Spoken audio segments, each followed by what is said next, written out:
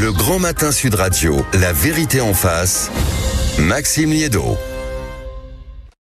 0826 300 300, notre conversation ce matin jusqu'à 10h et avec nos éditorialistes que je vais vous présenter dans un instant concerne notre capacité à souffrir. Quand je dis notre, c'est aussi la vôtre, en tout cas amis auditeurs et amis citoyens, amis français. Est-ce que vous êtes prêts à souffrir? Parce que quand on voit le choc énergétique actuellement en cours, le hausse des prix du carburant, quand on s'apprête à voir le gouvernement qui redécouvre que les caisses sont vides, qu'il n'y a plus un pognon de dingue, comme l'avait dit le président de la République, eh bien à la une de l'Opinion, qui est un quotidien économique qu'on peut trouver dans la presse un peu partout. Cette question, les Français sont-ils prêts à souffrir? Je vous la pose la question, 0826 300 300. Pour en discuter ce matin, comme tous les vendredis, Amaury Brelet, bonjour. Bonjour Maxime. Merci beaucoup d'être avec nous ce matin, rédacteur en chef de Valeurs Actuelles. Et cette semaine, en une du magazine, notamment Alain Finkielkraut. Grand entretien avec le philosophe au sujet de la nouvelle France de Mélenchon, de la présidentielle et de l'avenir du Moyen-Orient. Et donc c'est à retrouver sur le site internet Valeurs Actuelles et en kiosque. Et bonjour Alexandre Wizy. Bonjour. Merci beaucoup d'être avec nous ce matin, porte-parole du Parti Socialiste et sénateur de l'Oise. Je vous pose la question facilement, je la mets sur la table. Est-ce qu'en effet, les Français non seulement doivent souffrir, doivent se préparer à souffrir quand on voit les événements planétaires, économiques, d'un point de vue énergétique, ou alors ce n'est certainement pas, c'est pas leur job. Alexandre Wizy. Est-ce que quelqu'un a envie de souffrir? Personne, en fait. C'est ça la réalité. Est-ce que la situation est extrêmement compliquée des points de vue que vous venez de citer? Évidemment. Donc, est-ce que on peut avoir une forme? J'écoute les propositions des uns et des autres. Je vois que le Rassemblement national, par exemple, propose de baisser la TVA. En fait, baisser la TVA, ce que vous donnez d'une main au consommateur, vous le repiquez en N+1 l'année suivante au contribuable qui devra payer la dette. De 10 à 20 milliards de moins si tout d'un coup on supprime notamment la fiscalité sur le carburant. Ce que vous donnez d'une main, vous allez devoir le reprendre de l'autre. Donc il y a des choses à faire. On n'est pas totalement impuissant. On peut contrôler les marges. Les marges, je dis bien les marges, c'est-à-dire s'assurer que les pompistes n'utilisent pas la crise pour en prendre plus. On peut faire en sorte que l'État n'en profite pas pour gagner plus avec la TVA, parce que quand les prix augmentent, évidemment, il y a plus de TVA, donc on peut avoir des mécanismes qui permettent de cibler ceux qui sont le plus en difficulté. Mais la réalité, c'est qu'en effet, après, vu l'état dans lequel Macron laisse le pays et laisse les finances publiques, il n'y a pas une possibilité d'avoir un gigantesque parapluie sur tout le monde. C'est ça aussi qu'il faut dire avec honnêteté aux Français. Donc, est-ce qu'on a envie de souffrir? Personne. Est-ce que ça va être un peu plus dur? Est-ce qu'on va devoir changer des habitudes aussi? Les entreprises, est-ce qu'elles peuvent ajuster le temps de télétravail, le temps d'eux? Est-ce que on va devoir s'ajuster sur nos habitudes de circulation un moment? Peut-être. Et puis il faut surtout que cette crise s'arrête, parce qu'en fait tout ça a une cause. Surtout. Voilà. Donc c'est ça que je pointe. Et juste sur le Rassemblement national, l'hypocrisie jusqu'au bout, parce que moi je vois dans mon territoire de l'Oise ceux qui étaient à l'investiture de Donald Trump. J'ai un député Sabatou qui était à l'investiture de Donald Trump, qui aujourd'hui verse des larmes de crocodile sur ce qui est en train de se passer. À un moment, il faut quand même avoir un peu de cohérence politique dans tout ça. 0826 300 300. Les Français sont-ils prêts à souffrir? Amaury Brelet, ça c'est sûr que personne n'aime souffrir pour le plaisir, comme le chantait l'autre. En revanche, on peut se dire que de temps en temps, il faut passer par là, donc serrer des dents un peu. Les Français sont prêts à souffrir, et il faut bien le dire, ils souffrent déjà depuis bien longtemps.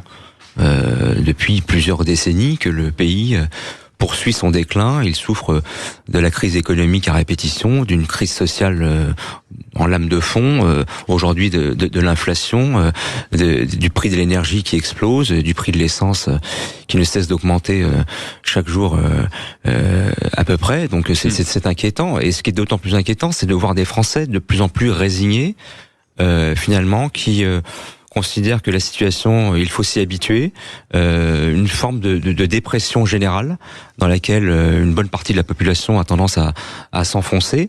Moi, je m'inquiète de voir aujourd'hui si peu de voix libérales dans ce pays, y compris à droite, alors qu'elle est censée porter ce discours de liberté dans tous les domaines d'ailleurs, voir aujourd'hui le Rassemblement national qui est en tête de tous les sondages et qui, sur les questions économiques, a des positions socialistes ou socialisantes, voir un parti, les Républicains, qui a renié à peu près toutes ses positions sur le sujet depuis plus de 30 ans, alors qu'il défendait quasiment le programme de Margaret Thatcher et de Ronald Reagan dans les années 80.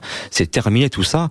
Et évidemment, je n'ai aucun espoir dans la gauche, ni socialiste, ni évidemment insoumise, qui elle est totalement, j'allais dire, perdue dans la lutte des classes, qui aujourd'hui est responsable, à mon avis, dans les actes et à la fois dans les cerveaux, d'une grande partie des difficultés que nous traversons. Je vous propose d'aller faire un tour au standard, notamment cette question de la résignation. Beaucoup d'auditeurs depuis ce matin nous appellent en disant alors on souffre, oui ça c'est sûr que ça fait déjà quelques mois voire quelques années qu'on souffre, et globalement il y a un point de bascule au moment de la guerre en Ukraine, mais ils disent surtout ça y est, on a tout tenté, les gilets jaunes, on a essayé, là on s'abstient, et pourtant ça ne marche pas. Est-ce que c'est ce qui domine encore au standard à l'heure où on se parle? 0826 300 300. Bonjour Karine. Bonjour. Merci beaucoup d'être avec nous, ma chère Karine, vous allez bien? De rien. Oui, très bien. Veille du week-end de Pâques, on se prépare à un petit week-end en famille, peut-être à quelques jours de repos? Non, à rester chez soi parce qu'on économise l'essence. Voilà, donc c'est vraiment ça aujourd'hui la réalité. On ne part plus en week-end, on ne fait pas un petit déplacement, on squeeze les repas en famille parce que 1 kilomètre d'essence, c'est quelques euros qui partent. C'est ça, et puis on fait attention quand on va faire les courses. Moi maintenant je groupe tous mes déplacements. Donc, je suis en télétravail 3 jours par semaine. Et maintenant, je fais mes courses quand je rentre du travail, quand je vais en présentiel, parce que je passe devant le magasin pour essayer de plus bouger la semaine, quoi. Et est-ce que vous faites partie, Karine, des Français prêts à souffrir davantage? Vous vous dites non, mais là, ça y est, j'en suis à mon maximum. Je fais suffisamment attention, je fais suffisamment d'efforts.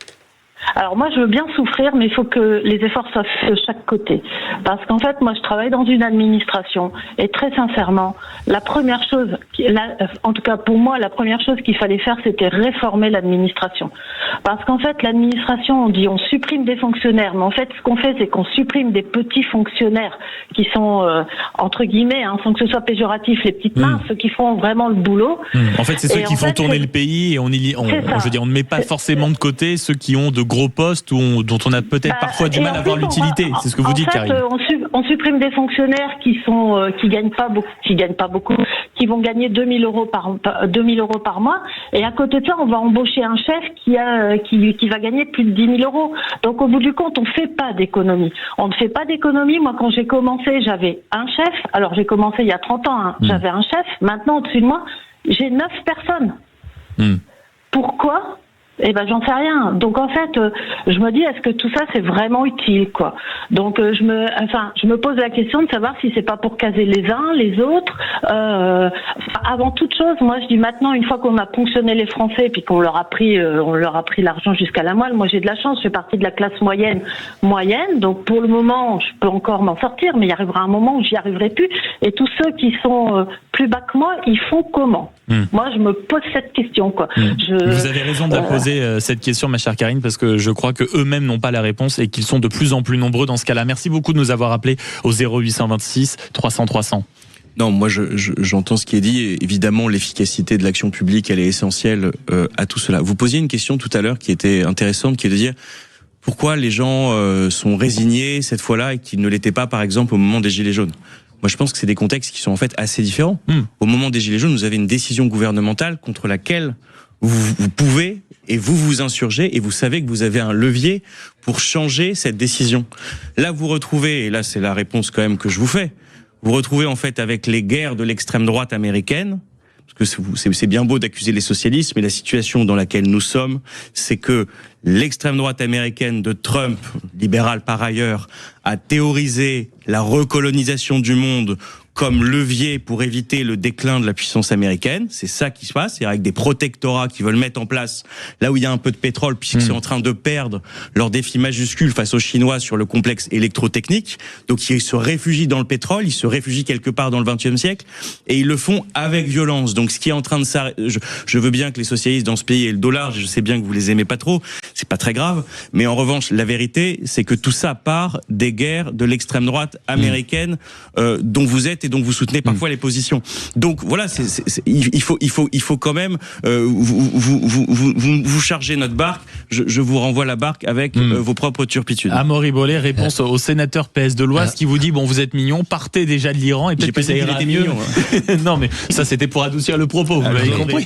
Qui dit en réalité, sortez de l'Iran et ça ira mieux pour les Français. C'est le refrain habituel, c'est la faute de Trump. C'est pas un refrain quand même. Non, mais ce que je veux dire, c'est que vous reconnaissez qu'il a quand même une part de responsabilité dans ce qui se passe au Moyen-Orient. Évidemment, dans l'explosion des prix de l'énergie aujourd'hui, mais il faut regarder un peu le temps long. Il n'est pas de mauvaise foi, vous reconnaîtrez. Je vois ça quand même. Il faut regarder quand même un peu le temps long. C'est-à-dire que le déclin de la France, il n'a pas commencé il y a 6 mois. Il a commencé il y a plus de 30 ans. Ce matin, quand même. Il a commencé il y a plus de 30 ans et il a été accompagné à la fois par la gauche et par la droite, par tous les gouvernements qui se sont succédés et qui, à l'heure de la mondialisation, n'ont pas eu le courage d'engager les réformes structurelles et systémiques dont le pays avait besoin, une réforme de l'État. On a ajouté 1 million de fonctionnaires en 10 ans en plus. C'est 1 million de plus que la moyenne européenne. On est à près de 6 millions de fonctionnaires dans ce pays. Il n'y a aucun équivalent dans aucun de nos voisins européens. Il n'y a pas eu de réforme de notre système de retraite qui est un système de Ponzi qui est en faillite virtuelle. On a fait des petites réformettes tous les 3 ans sans rien sauver du tout. Et on n'a pas non plus engagé, parce que le déclin et la dépression des Français, c'est aussi la question, par exemple, de la vie du quotidien et de la sécurité. Avec un niveau d'insécurité et de violence qui a explosé depuis 30 ans, on a aujourd'hui un taux d'homicidité, homicide plus tentative d'homicide, qui n'a jamais été aussi élevé dans toute l'histoire de la statistique moderne. Donc on paye là aujourd'hui très clairement une succession de lâcheté, si on vous entend bien. Une succession de lâcheté, de reniement et de mensonges, à la fois de la classe politique de droite et de gauche depuis au moins 30 ans. 0826 300 300, la France doit-elle se préparer à souffrir quand on voit en réalité le choc énergétique, le choc économique et forcément les comptes du pays France qui sont de plus en plus vides, et avec même un gouverneur de la Banque de France qui le dit en ces termes, les caisses sont vides. 0826 300 300, vous participez à la conversation. Est-ce qu'on doit se préparer à souffrir? Je crois qu'on a déjà eu quelques éléments de réponse et on continue à en parler avec nos invités. Amaury Bourlet, rédacteur en chef de Valeurs Actuelles, et Alexandre Wizy, porte-parole du PS et sénateur de l'Oise. À tout de suite. Le Grand Matin Sud Radio, la vérité en face, Maxime Liédot. 0826 300 300, on continue cette discussion sur les Français prêts aujourd'hui à souffrir pour absorber le coût du choc énergétique, le coût du choc économique à venir et qui est déjà en cours depuis plusieurs années, nous diront certains. Vous nous passez un coup de fil 0826 300 300, toujours en compagnie d'Alexandre Wizy, sénateur PS de l'Oise et porte-parole aussi du Parti Socialiste, et Amaury Bourlet, rédacteur en chef à Valeurs Actuelles. Mais le débat hors studio était intéressant. Hors antenne en tout cas, à savoir si aujourd'hui on avait des propositions qui étaient en capacité de nous convaincre ici et là. Vous, Alexandre Wizy, j'imagine que vous en avez. Amaury Bourlet, vous dites d'une certaine manière plus compliqué. Moi, je vois que des solutions un peu absurdes. Moi, j'en ai tout à fait personnel et mon journal avec moi, mais je constate bien. C'est déjà bien. Donc nous, on est sur une ligne libérale, réforme profonde de l'État, évidemment réforme du système de retraite par répartition, baisse des dépenses publiques massives, coupe dans les fonctionnaires et baisse évidemment en conséquence des impôts. Mais dans la classe politique, vous n'avez personne, ou peut-être David Lisnard, mais un peu seul à Cannes pour proposer ce genre de mesures. Je vous l'ai dit, la droite, c'est terminé. Elle se vautre dans le socialisme depuis un bout de temps, le RN notamment, et c'est ça qui est inquiétant. Aujourd'hui, les Français, ils le disent et le répètent d'ailleurs à votre micro, ont l'impression de travailler plus pour gagner moins. C'est ça qui est dramatique aujourd'hui. Le travail ne paie plus. Aujourd'hui, les Français ne vivent plus suffisamment bien en travaillant, ce qui est quand même dramatique. Et ça, c'est évidemment la conséquence d'un niveau de prélèvement obligatoire, de charges sociales, d'impôts, notamment de production en France, plus élevé qu'ailleurs. On a un niveau de prélèvement obligatoire parmi les plus élevés du monde, et qui est évidemment la conséquence d'un niveau de dépenses publiques, là aussi, qui bat des records. Donc la priorité, c'est des réformes systémiques drastiques qui doivent obliger le prochain président de la République et le prochain Parlement à engager des mesures volontaristes et courageuses pour couper dans la dépense publique, la dépense de l'État et les dépenses sociales. Alexandre Wizy, qu'est-ce que vous répondez à ça? Ou vous dites, moi j'ai des solutions du tout autre nature, et après on filera au standard rejoindre Serge? On a évidemment des solutions d'une toute autre nature. Bon, déjà moi j'ai essayé tout d'abord de formuler des solutions immédiates, parce que ça c'est des grands mots, on voit pas les masses, vous savez. C'est ambitieux en tout cas. Le diable est toujours dans les détails, c'est-à-dire qu'on nous dit il faut casser la dépense publique, puis après on rentre dans le détail, on voit que c'est la police, on voit que c'est l'éducation de nos enfants. Ensuite on dit il faut casser la santé, mais on voit qu'en fait l'hôpital est en train de sauter à la corde. Donc en fait, dès que vous rentrez dans le détail, les grands mots, les grands mots tout d'un coup s'effondrent, et les Français se disent non, je veux garder à la fois ma police, je veux garder mon hôpital, je veux garder le fait que l'État investit un certain nombre de choses. Et puis par ailleurs, la réalité c'est que ça fait 30 ans que secteur après secteur, on libéralise. Ça a marché la libération du je crois que Amaury Brolé sur tout ce qui est libéralisation actuelle dans ce pays, ça a marché. Quand on a libéralisé le secteur de l'énergie, ça a bien marché. Ça a marché quand les Anglais ont libéralisé le secteur du rail et qui reviennent dessus des années en arrière. Ça a marché tout ça. La vérité, c'est quand vous regardez dans le monde ce qui fonctionne, c'est pas ceux qui laissent tout filer. Qu'est-ce qui fonctionne dans le monde, Amaury Brolé? Non mais qu'est-ce qui fonctionne dans le monde? Donnez-nous un exemple de ce qui fonctionne dans le monde. Je vous ai pas interrompu. Je vais juste. C'est Venezuela. Est-ce que je vous ai parlé du Venezuela? Non, mais vous nous parlez d'exemple. Donc moi, je dis une chose. Ce qui fonctionne dans le monde. Qu'est-ce qui fonctionne dans le monde? Vous me permettez que je termine. Je vais vous répondre. Fin de la phrase et suite du débat. Et suite du débat. Moi, ce que je vois, c'est que ce modèle social que vous méprisez, très bien. Nous, je sais que les Français y sont attachés. Par ailleurs, vous, il y a un sujet, parce que ce sont vos amis que vous passez systématiquement sous silence, c'est l'équilibre entre nous. Entre Français. Moi, je suis d'accord pour dire que les Français sont pas assez payés. Je suis d'accord pour dire que depuis des années, il y a une explosion des 1% et des 0,1% de ce pays. Vous ne le voyez pas. Le conflit de répartition dans le pays, vous ne le voyez pas. Vous l'ignorez. Vous n'en avez rien à faire. Ça ne vous concerne pas. La France. Non, mais ça ne vous concerne pas. Réponse d'Amaury Brolé et on rejoint Serge au standard. On a ce sujet-là devant nous. La France est la championne du monde en matière de redistribution de richesses. Je répète, la France est aussi la championne du monde en dépenses publiques et en prélèvements obligatoires. Vous avez 50% des Français qui ne paient pas l'impôt sur le revenu. Vous avez les 10%, vous avez les 10% les plus, vous avez les 10% des plus riches qui s'acquittent de 75% de la recette de l'impôt sur le revenu. Arrêtons de diaboliser les riches dans ce pays.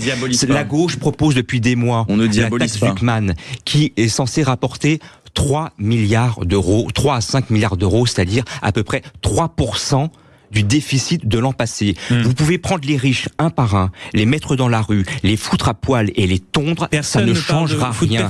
La France a accumulé... Si vous voulez que les gens acceptent l'idée qu'on doit faire des efforts collectivement, au cours de la présidence d'Emmanuel Macron, 1500 milliards d'euros de dette. Vous devez commencer par ceux qui peuvent. Non. Et voilà, c'est juge de paix, messieurs, juge de paix, vous l'avez 0826, vous faites de la démagogie, vous faites de la démagogie en vous attaquant aux riches, alors que le problème c'est l'État, son train de vie et la justice.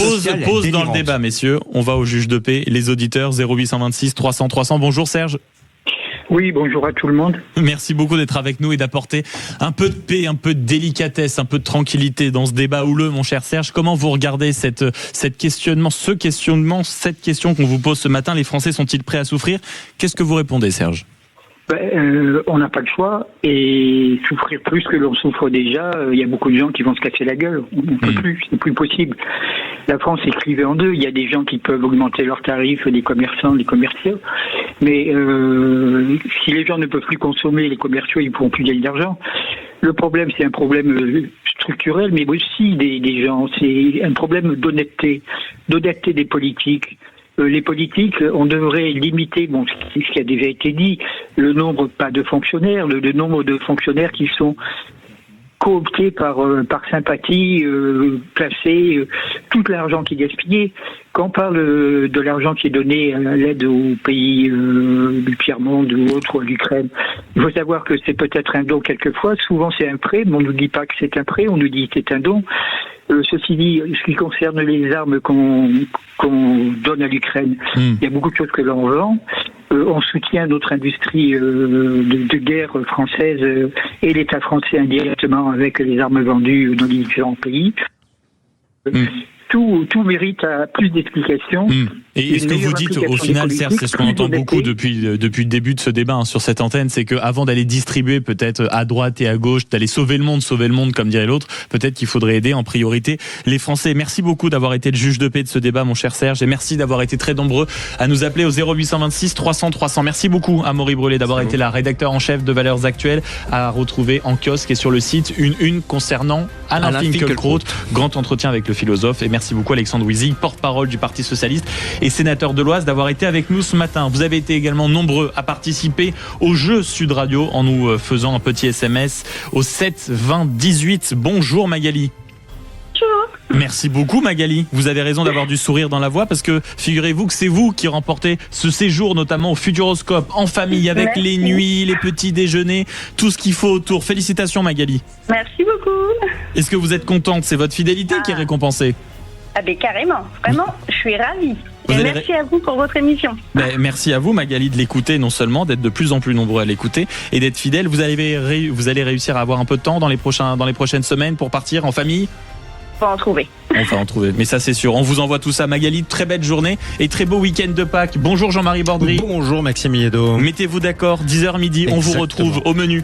Au menu, Rima Hassan a-t-elle été prise la main dans le sac ou au contraire est-elle victime d'un acharnement, comme le disait ce matin votre invité politique Manuel Bompard? On va en débattre avec vous tous au 0826 300 300. Mais avant ça, Maxime, vous qui êtes un grand voyageur en France, on n'a pas de pétrole, mais on a de l'argent. Non, c'est faux. Des betteraves. On pourrait produire beaucoup de bioéthanol. Pourquoi on ne nous laisse pas rouler au bioéthanol? C'est moins cher, ça pollue moins, on pourrait en produire plein. Malgré tout, ça a mauvaise presse. On verra ça dans C'est quoi le problème avec Jean-Luc Moreau juste après 10h. 0826 300 300 pour participer. Très belle matinée sur Sud Radio et moi j'ai le plaisir de vous retrouver dès demain, 6h.